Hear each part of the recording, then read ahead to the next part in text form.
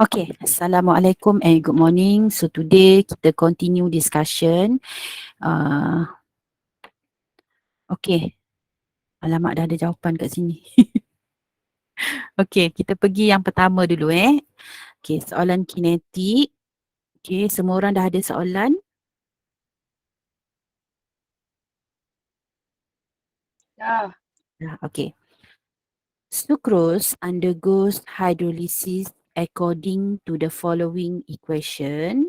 Okay, the rate of hydrolysis of sucrose at 300 degrees Celsius is found to be directly proportional to the concentration of sucrose and independent of the concentration of water.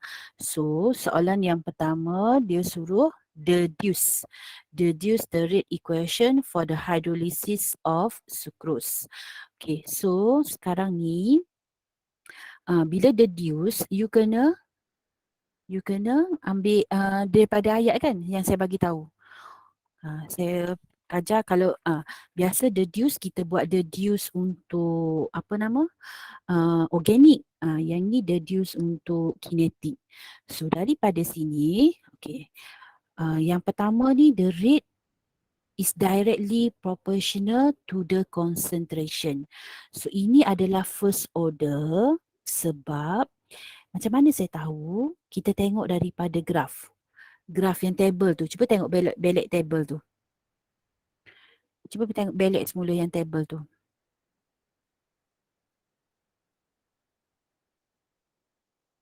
Graf dia macam mana? First order. Graf rate versus concentration. Graf dia macam mana? Straight line. Straight line menegak. So ini yang dikatakan rate is directly proportional to the concentration.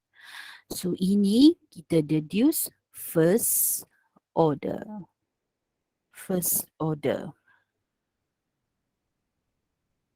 Okay, ada apa-apa nak tanya?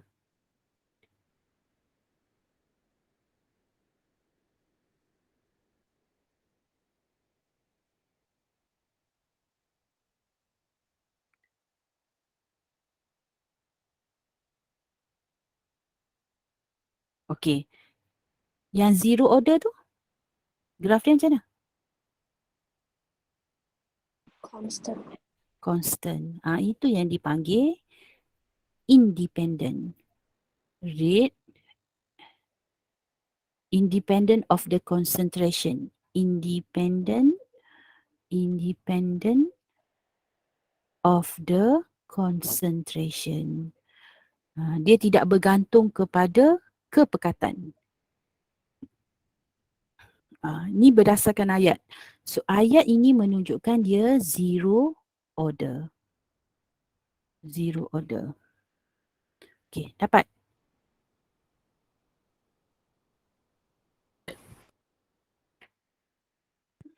Okay, so daripada sini rate equal to K concentration sebab dia kata rate equation. Rate equation rate law tu lah. Rate law.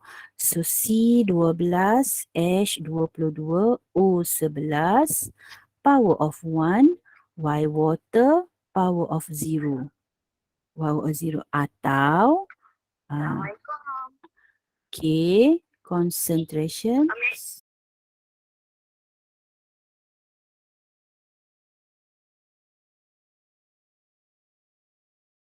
Ya, anak-anak, ada apa-apa nak tanya?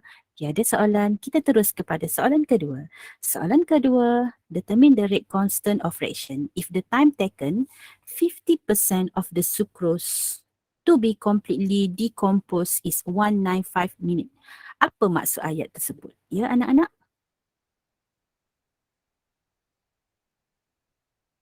Ya, anak-anak. Apa maksud ayat tu? Cikgu. Ya. Dia ni masuk itu 0.5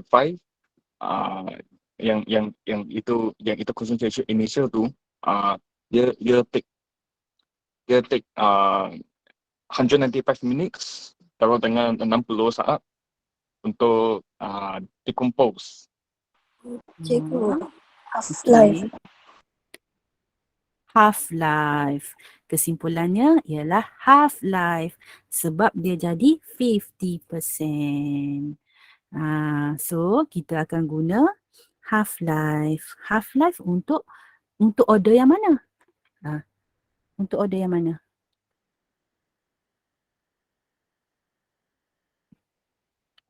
First order. First order ni berdasarkan yang ini. Ini first order. So kita akan guna half-life equal to ln 2 over K. Ln 2 over K. Betul? Betul? First order ln 2 over K. Betul kan? Betul. Okay. So dia ada 195 minit ln 2 over K. So K sama dengan per minit. Tolong kira untuk saya.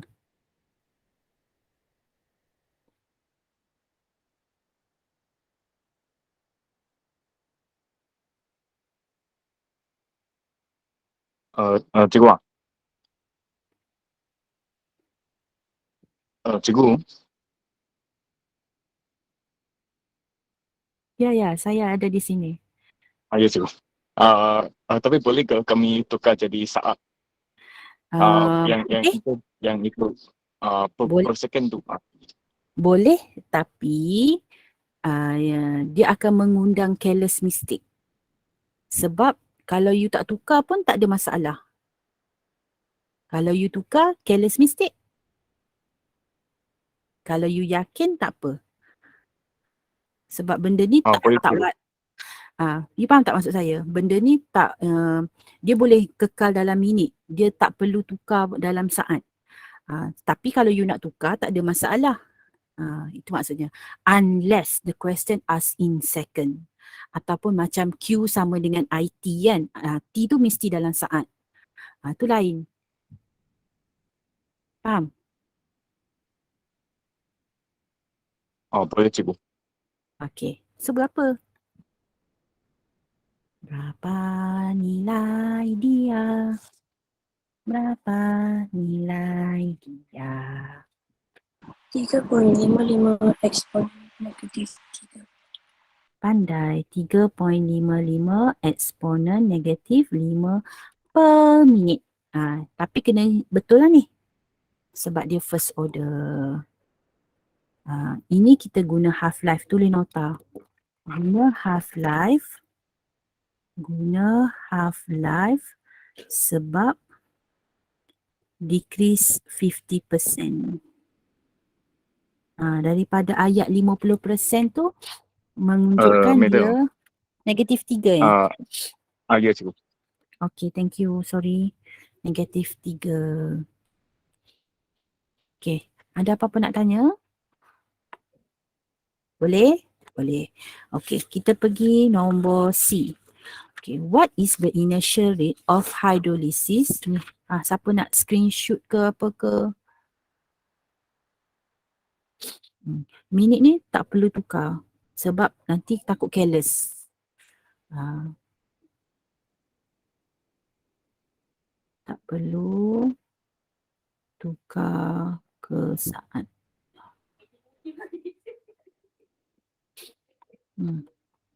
Dah. Okay. Next, kita pergi nombor C. What is the inertial rate of hydrolysis if the initial concentration of sucrose is 50 gram per liter? Okay. Dia bagi concentration 50 gram per liter. Okay, dia nak inertial rate. So, inertial rate maksudnya rate equal to K concentration C12, H22, O11. So rate, dia nak tahu rate. Soalan tanya rate berapa. Okay, kita dah ada. Berapa tadi? 3.55 darab 10 negatif 3. Darab dengan concentration. Okay, careful. concentration dia bagi gram per liter. Unit dia gram per liter yang bukannya bukannya mol per liter. So, untuk ganti dalam ni, kita kena guna mol per liter. Ni mesti unit mol per liter. So, apa yang kita kena buat? Kita kena Kena tukar divide dulu. itu mana. Ya. Kita kena convert dulu. Convert dengan apa? Untuk dapat mol per liter, kita kena buat mol, apa tu nama? 50 gram per liter bahagikan dengan molar mass 342 gram per mol. Dapat berapa? Tolong kirakan untuk saya. 0.0. Kosong pun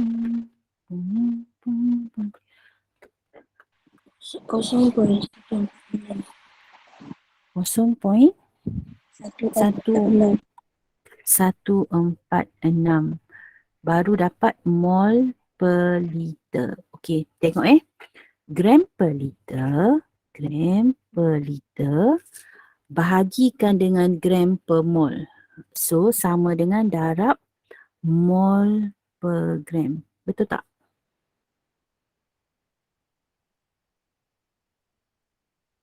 Gram per liter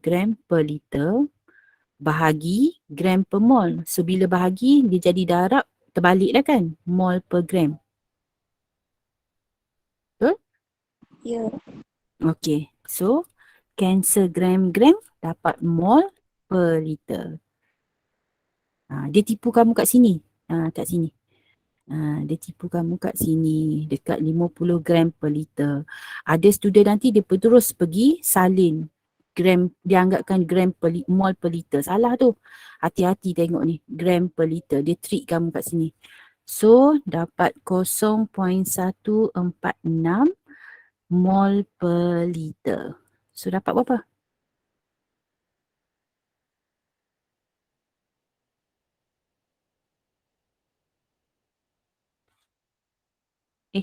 Okay, pula dah rate sama dengan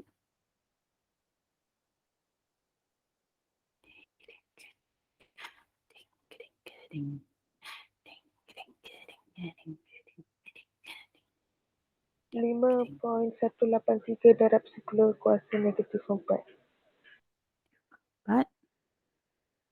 rate molar per minit. Per minit sebab ini dalam unit per minit. Lagi. Per minit.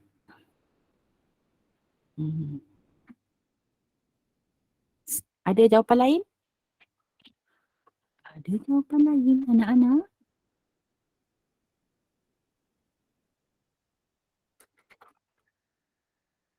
Ada jawapan lain? Betul? Mau kita kira? Betul. Betul. Okay. Next, kita pergi kepada B. Boleh saya pergi kepada B? Boleh. Okay.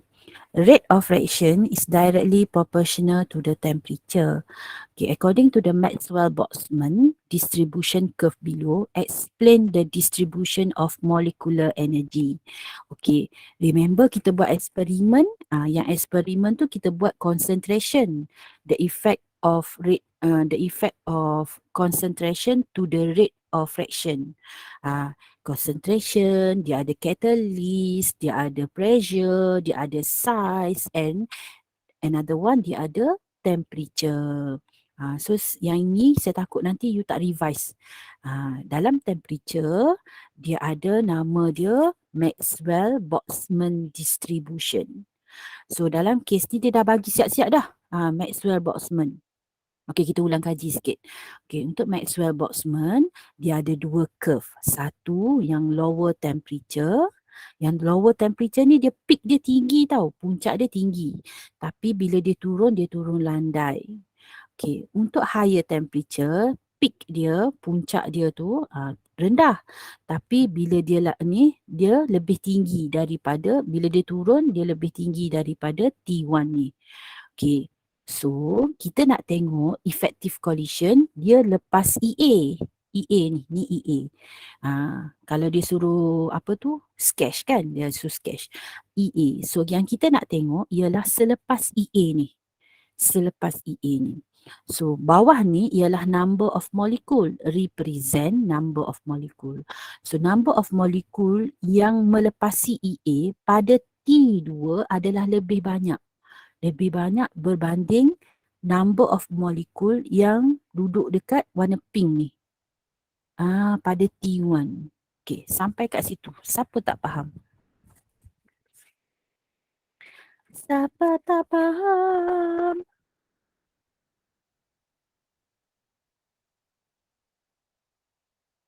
Yang warna pink, warna biru ni okey? Faham tak tu? Okay. Okey. Baru ada suara. Okey, so kita tulis.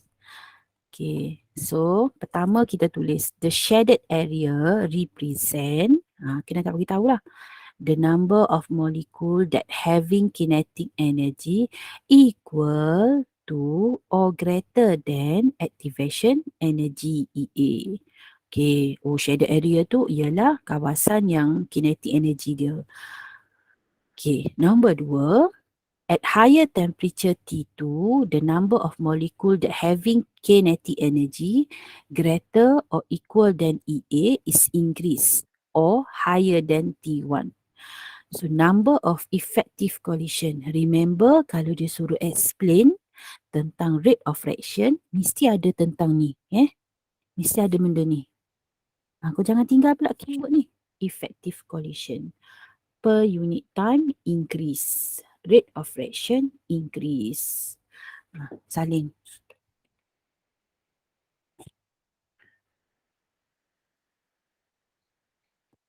Ada apa-apa nak tanya?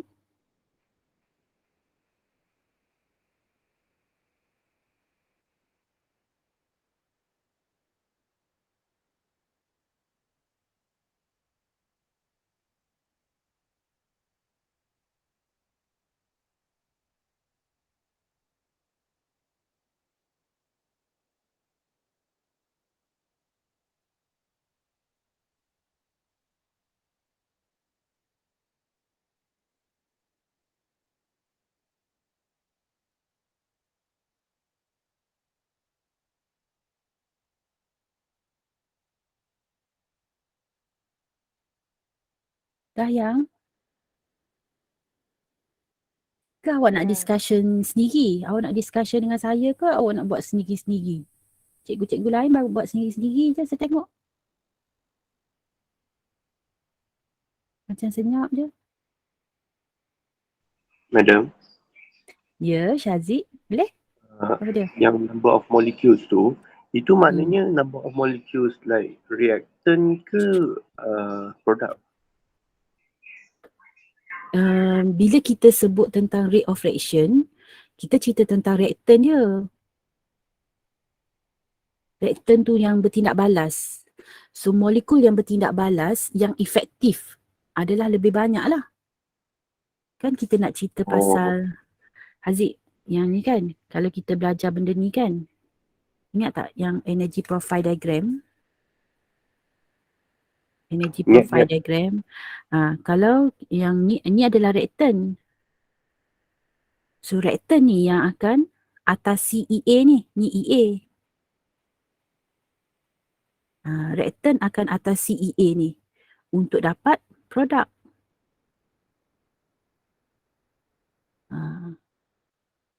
So, kalau yang saya faham soalan awak tadi, awak tanya siapa yang bertindak balas, of course lah reaktan. Betul tak saya jawab? Okay, betul. Okay. Saya takut saya salah faham soalan awak. So, reaktan ni yang perlu atasi EA ni. So, dia perlu, reaktan ni perlu berlanggar dengan efektif. Kalau dia berlanggar tak efektif, tak dapat hasil juga. Dia mesti berlanggar secara efektif Dan tenaga yang diperlukan tu, tenaga kinetik yang diperlukan tu mesti melebihi EA. Kalau dia tak melebihi EA, ni, dia tak boleh jadi produk. Sebab dia kena sampai kat sini baru boleh dapat produk. Faham? Boleh?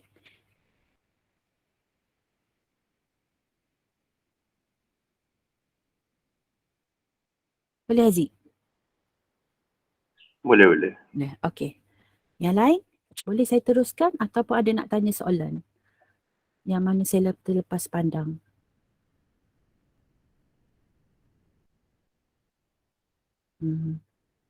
Berlanggar tu mesti efektif jugalah. Effective collision tu dia mesti berlanggar dengan correct orientation. Yang kita discusskan dulu ada satu soalan tu. Correct orientation. Lepas tu tenaga dia mesti lebih besar daripada EA ni. Lebih besar atau sama dengan EA. Itu yang dikatakan effective collision. Okay. Ada lagi? Nak saya teruskan ke nak tanya lagi?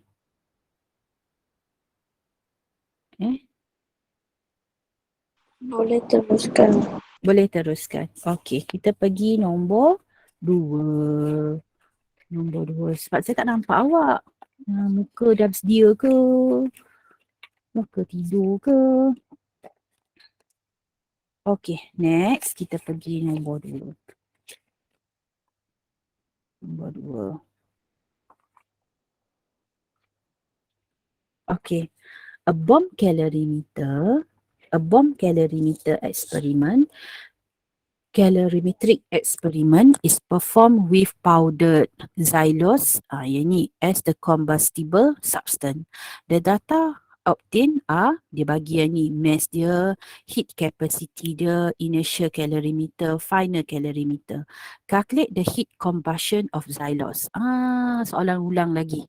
Kita dah revise banyak kali dah tentang combustion ni. Kalau tak combustion, dia tanya neutralization. Okey, apa step pertama kita nak buat?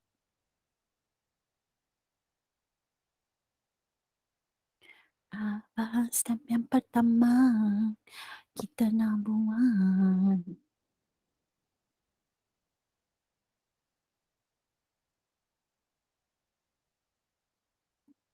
Step pertama nak buat apa? Dah lupa.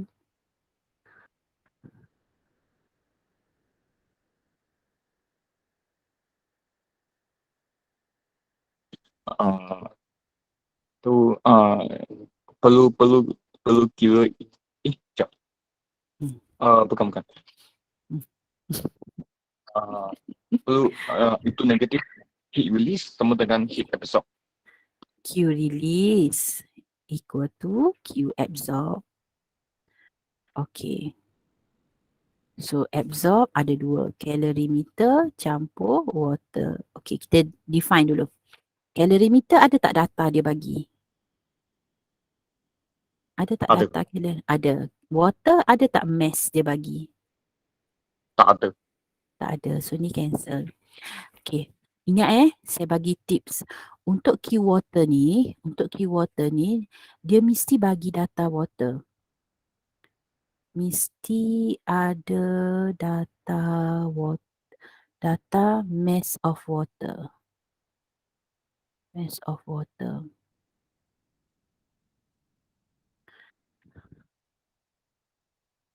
Mesti ada data mass of water.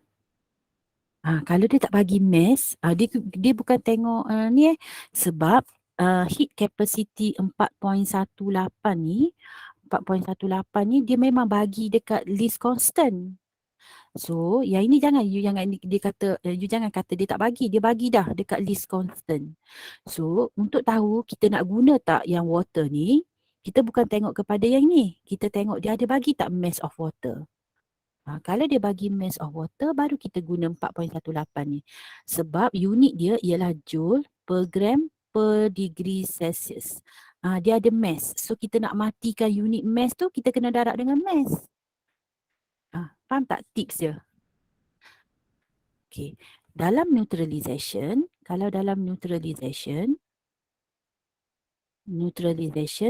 mass ataupun volume acid campur dengan mass atau volume base, you akan dapat mass of water.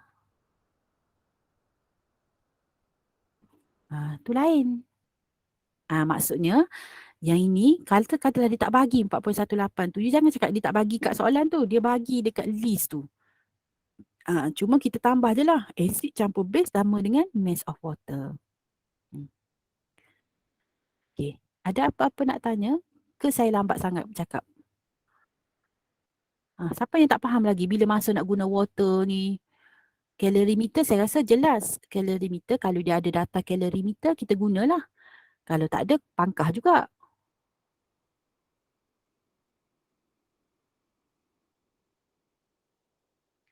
Oh sayangku. Korang ada ke tak ada? Faham. Faham? Okay. Okay, so kita pun, so since dia bagi C besar, so automatic kita tahu C delta T. So C 4.728 darab dengan delta T 27.19 minus 23.29 sama dengan, tolong kira untuk saya. Oh sayangku. Negatif 18.44. Negatif 14, 18. 18, sorry. Jangan marah. 18. 4. 18.44. Dia lain dapat jawapan sama? Sama. Okey, unit dia apa? KJ. KJ. Kilojoule sebab kita tengok yang ini. Unit ni pun it depends to question. Kalau C dia bagi J, unit dia J. Kalau unit dia bagi KJ, unit dia KJ. Okey, satu lagi. Make sure negatif bawa ke depan ni. Negatif bawa ke depan ya anak-anak. Jangan tinggalkan dia. Sebab combustion, kita bakar benda mesti dia release energy. So mesti letak negatif. Okey, step yang nombor 2. Step nombor 2 apa dia yang? Cari number of mole. Pandai. Mol equal to 1.183 gram bahagi dengan 5 darab 12 campur dengan 10 campur 5 darab 16. Tolong kirakan untuk saya. 0.0079. Jadikan dia ni. Banyak sangat kosong kat depan. 7.89 darab 10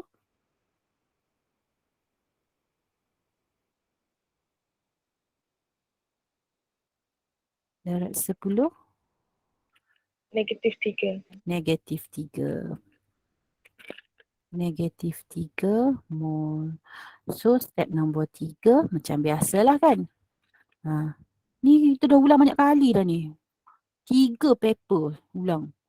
7.89 darab 10 negatif 3 mol xylos C berapa? C5H10 O5 equivalent negatif 18.44 kilojoule. Ingat 3 significant number. Lebih tak apa, kurang jangan. Okay, 1 mol xylos H10O5 equivalent to X. X equal to, oh sayangku.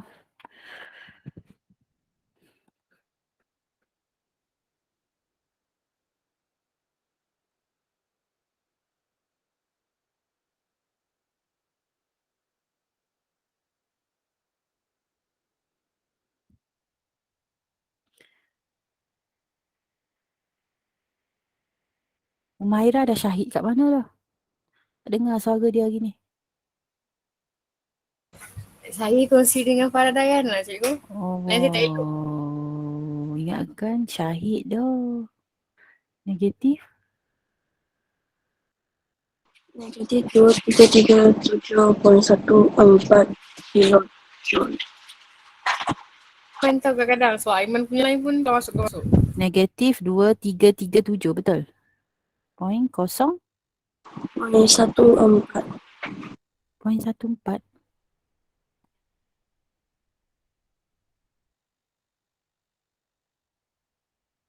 Semua orang dapat 14. Yeah. Masalah kelas D dapat lain. Okey lah. Betul lah ni. Kilojoule. Kilojoule. So, last sekali. Nombor 4. Delta HC equal to negatif 2337.14 kilojoule per mol. Mesti ada per mol dekat ujung. Mesti ada per mol dekat ujung. Okey, sebab dia nak pun kilojoule per mol. Okey, next. Kita laju sikit. Nombor 2. Soalan tanya thermochemical equation. C5H10O5 solid sebab dia kata powder. Okay, combustion oxygen gas produce carbon dioxide gas campur dengan liquid water. Okay, so yang ini tolong dah banyak kali kan. Organik bila dia bakar carbon dulu. 5. So baru oksigen. Oksigen last sekali. 5 darab 2, 10. 10 campur 5, 15. So dah ada 5 kat sini. Ini jadi 5. Okay. Apa yang terkurang dekat saya punya jawapan ni? Jawapan saya salah lagi tu. Enthalpy tu kena tulis. Ya. Kena tulis delta H. Saya tulis kat bawah ni Delta H C equal to negatif 2337.14 kilojoule per mol. Kena tulis. Barulah lengkap. Sebab soalan tanya thermochemical equation. Okay. Ada apa-apa nak tanya?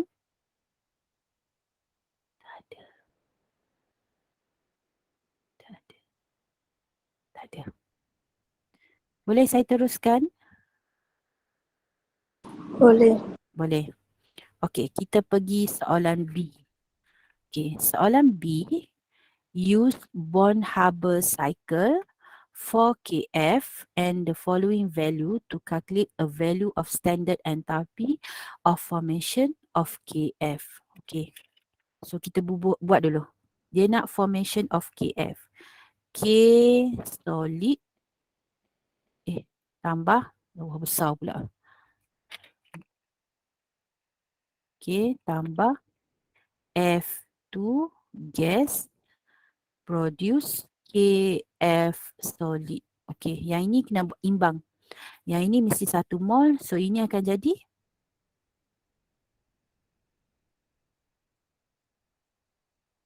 ini jadi balance. 1/2. 1/2. Okey. Kita pergi yang ni dulu. K solid dia akan jadi K.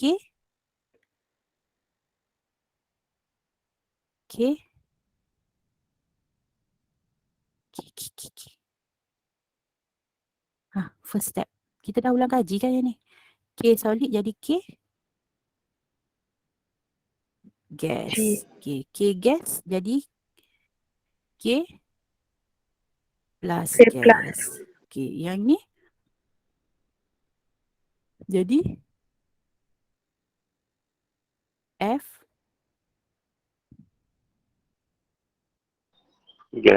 Gas. F gas jadi F minus. gas. Okay. Campur dua ni. Dapat yang ni. Okay. Now kita nak masuk data. Okay. Soalan tanya data H formation. Yang inilah dia nak tanya. Okay. K solid ke K gas. Yang ini data dia. So data H equal to 90 kilojoule. Ingat dalam circle ni kita jangan letak mol. Kita tulis kilojoule je. Okay. K kepada K plus. K kepada K plus yang ni. So data H equal to 419 kilojoule. Yang ini Berapa nilai dia? F2 kepada F gas. F2 kepada F gas. Berapa nilai dia? Perlu bagi dua. Yes, 160 bahagi 2 kilojoule. Yang ini dia trik kamu kat sini. Kenapa? Sebab yang ini dia bagi untuk 2 mol. Untuk 2 mol. So, sedangkan kita nak 1 mol. 1 mol. So, kita kena bahagi 2. Remember tak saya pesan ada masa sebelum raya hari tu kan saya bincang, kalau ini 1, semua baris ni darab dengan 1 je lah. Kalau ini 3, semua baris ni darab dengan 3. Ingat tak saya pesan? Kalau ini baris ni darab 2, so sebaris ni kena darab 2 semua data dia. Tapi dekat sini dia trik kamu, dia bagi 2F data dia. Sedangkan kita nak 1F je. Nak 1F. So kekalkan yang ini. So 160 bahagi 2. Okay, yang ini F gas kepada F minus. So delta H equal to negatif 336 kilojoule. Yang ini K plus campur F minus. So delta H equal to negatif 821 kilojoule. So tolong kira delta HF kat saya. Berapa? Kira lah, campur semua lah kan. Berapa?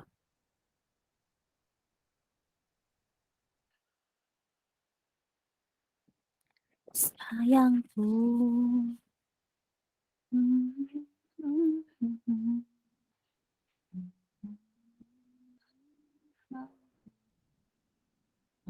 Apa mistake saya buat lagi? Ini saya buat mistake ni.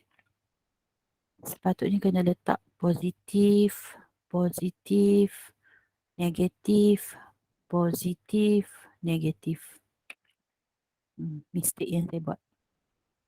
In terms of writing, positif remain as positif.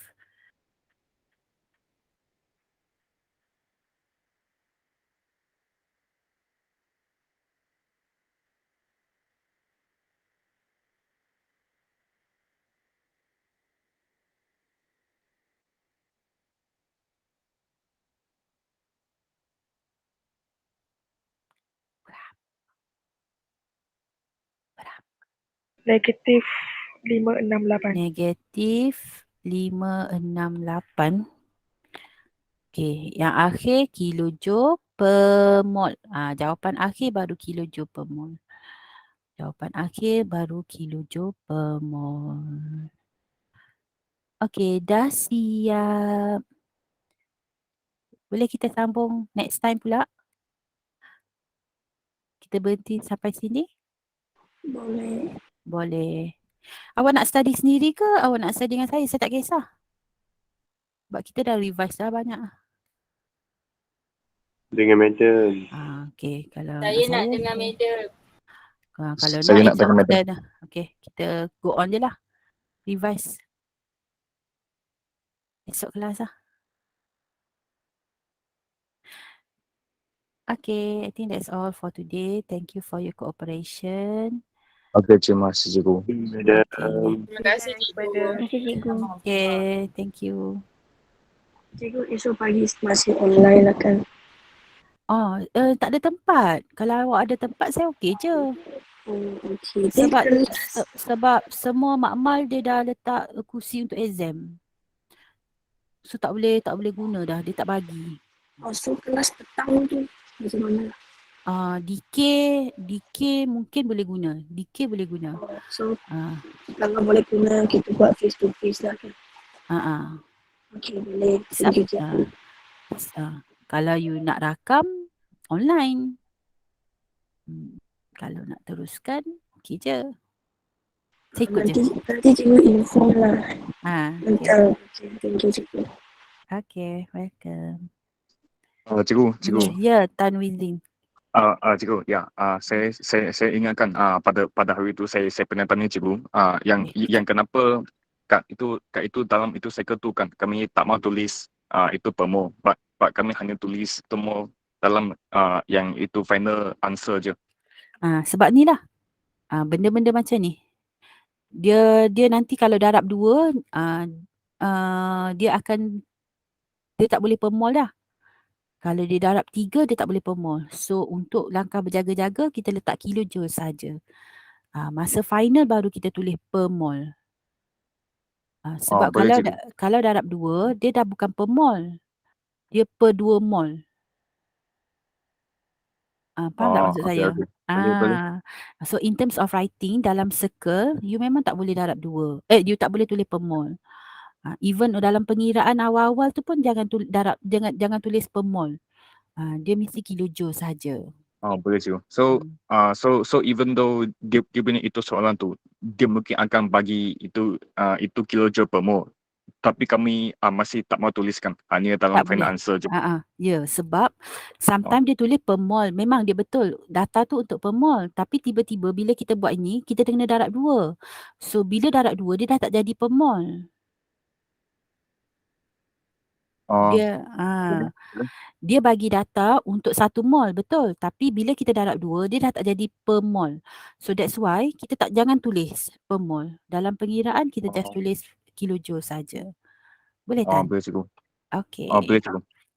Cikgu, semaksudnya yang untuk itu yang itu K2 saya nak tulis itu per mol pun betul lah sebab dia hanya untuk 1 mol je. But untuk yang itu F2 saya tak boleh tulis itu mol Tak boleh. sebab dia bukan untuk itu 1 mol dah. Tapi normally dalam writing memang kita tak bagi guna per boleh. mol. Okey. Okey, terima kasih cikgu. Okey, welcome. Cik Farah. Ya Farah. Farah. Ni Aiman cikgu. Ya, Aiman. Cikgu, maksudnya kan dekat yang dalam calculation tu, kita tak kalau kita tak tulis KJ kan, kita macam tulis nombor je. Lepas tu dekat final answer baru ada unit Kau dia. ni cubit kan.